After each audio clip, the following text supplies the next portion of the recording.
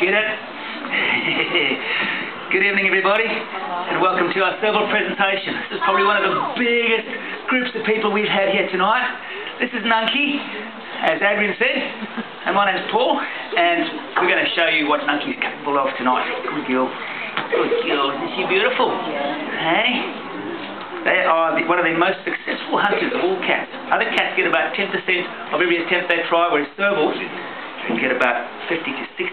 Station. Nanki, up. Good girl. Now, Nanki has two sisters here at the zoo, and their names are Werribee and Tula, and about 2.5 years old. And we've hand-raised these animals for a specific purpose. She's naughty, trying to steal something out of my pouch. Don't want to let her do that, do we? So I've got to keep watching.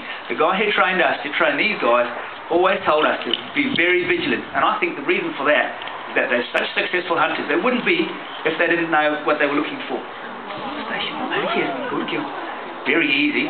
So when she does a trick like that, not a trick, when they were small, we always said to them to go to station, and then we fed them with a bottle or a little bit of meat, just like I did now.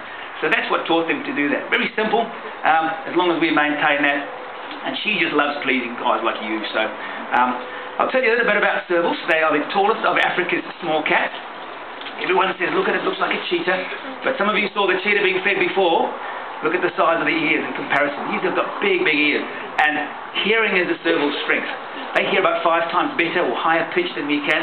And they can sit there and they can hear little mice moving under the ground. And that enables them to catch their prey. They can do really long jumps. Good girl. Come up again so the people at the back can see you. Good girl. And when they land, they punch with their front feet and they catch their prey that way. Alright, so very, very successful. They don't have such a long tail. Good girl, Nanki. Good girl.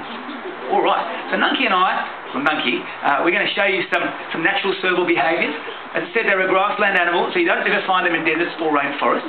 These long legs give them the advantage of being able to see over the grass. They can also jump 3 metres out of the grass and catch birds while they're flying. So that's a very significant thing about Servals. But they don't only eat mice, they also, as I said, birds. Mostly mice, about 3/4 of their prey is mice. You want me to throw a little bird in there, do you? Good girl. Look at those long legs, how she can reach in and she can grab out. So that's a real bonus. These animals, as I said, very, very tall. They've got elongated metatarsal, metacarpal bones. Good girl. Nanki, up. She thinks there's another piece of meat in there. Good girl. Station. Station. Good girl. No, you've got to go right up. Up here. Good girl. There we go. Good girl. Now sometimes Servals will stalk out along a branch at night. When you've got plump game bird, guinea fowl, we've actually got some on the island out here roosting tonight. And if she could go free, she'd probably crawl out on one of those branches and catch a lovely plump guinea fowl. So that's why they're quite at home in trees as well. Most cats can climb very well, of course. Good girl. Good girl. So when she does her job properly, then she gets paid for it. Otherwise, there's no point in paying her. Alright, so she's having a good rub, aren't you? Aren't you, Nanki? Sometimes, when they're really hungry, you may come across a little pond of water, a pan that's drying up, and maybe a few catfish swimming around in there. Let's see if she'll grab one out of the water. Hey? So they don't mind water. Servals also like riverine areas, and occasionally frogs as well. They make a good meal. Let's see if she grabs another one. I know it's a bit far for those guys at the back. Good girl. Like a cat shakes her feet like that, isn't she? Good girl. Okay, station. Good girl. Good girl. Maybe later we'll see if she'll purr for you through the microphone. I don't know if she will. Good girl. Station. Well, you've got to come back side again. Nanki. Station. Over here. Up. Station. Good girl. Okay. And a lot of the time I'm talking to her, just a little hand signals. That says she's free to go. Station. See that nice long jump? Whoa.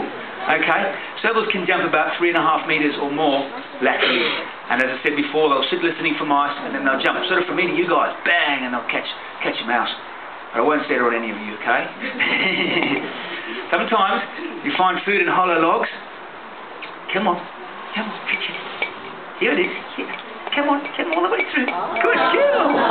Good girl. Don't you think she's precious, hey? Good girl. So, when they were small, we gave them cat tunnels. We did spend a lot of time with them. Up. Good girl. Stay. Now, other birds, you might get a colony of storks or something, and there might be a lot of eggs. They probably find it difficult to break into the eggs, but when the babies hatch, let's see if she'll grab a little baby bird out of a nest. So, again, they're going to find food where they can. They're very, very successful. And see a little mouse. mouse in that hollow log, perhaps. Good girl. Did you find it? You're going to get stuck in the log. It's there. It's there, I promise. In the meantime, I'm going to get ready. There's a little bit of meat. We'll see if we're going to climb this tree over here. Good girl. Sit. Good. Okay. Up. You can't teach a cat to sit. Good girl. So for doing that, she can get paid with a little bit of meat. Stay. Stay up there. Good girl. Now, you might find certain reptiles living up trees. That's another part of their diet. A lot of small lizards, which we call skinks generally. In Africa, you get an animal called an agama lizard. They run up trees. And the way she ran up that tree, I reckon she could go, if there wasn't any netting, go right up that tree really, really fast. And she'd catch that animal too. Good girl. Good girl. Okay. Can we say hello to everybody? Go. Come on, station. Good girl. All right. So, what do you reckon? You like servals? Yeah. Cool. I like it too. You're going to say hello to everybody? No, she's not purring. Come on. Give us a purr. Maybe not. Not always. Alright, so just a few other little things about servals. The name actually is Latin for stag or deer, and they've got these big ears and long legs and a short tail and spotty coat. You could have some deer or stag-like similarities, so that's where the name derived. They can be bred with domestic cats, but genetically they're quite close to lions, caracals, which are the African lynx, even cheetah. So those are similar animals. They didn't want to make a cross with these animals and a Bengal, I think it was, to make a savannah cat. They wanted to bring them here into Australia, and they were banned. It was banned, that idea, because if they went wild, and Adrian was talking about it before, if they went wild in the bush, I think a lot of the native wildlife. Did any of you see the bandicoots up in the nocturnal house? Those sorts of animals wouldn't stand a chance because they're so successful. So best left in Africa where they belong. If you live in America or Europe, you probably could keep one as a pet, and those folks probably do, but they do cost a lot of money if you do have them as pets. And they really only get to know one person and are friendly to one person most of the time. But folks, I might take just a couple of questions, otherwise I'll hand back to Adrian. Does anyone have any questions? Your hand was up first. You, mate? Why is it so spotty? Well, if you think of other animals that live in the grass, leopards, cheetah, that seems to be the best camouflage for the grassland. That tawny colour on the spots, it helps to break up the patterning. That's for camouflage, basically. You do get a serval, black ones occasionally, and you get in West Africa, you get a freckled serval, very, very lightly spotted. Quickly over there. No, it's of its own in terms of its classification, and serval is on its own. So it's much smaller than a leopard, quite different from a leopard. Yeah. Over there. How long do they live? That's a good question. Servals have been recorded living to 27 years of age. Now, we have one at Melbourne Zoo who used to live here. She's 25. I wasn't watching, was I? You naughty girl. That's what comes from not watching. She's 25 and will be 26 this year, so that's a very, very old animal. The Nanki is 2.5. I'll take one more question. Perhaps you there with your hand up really high in the end. Nice and loud. Where does she live? This one lives just out the back, behind that moon over there.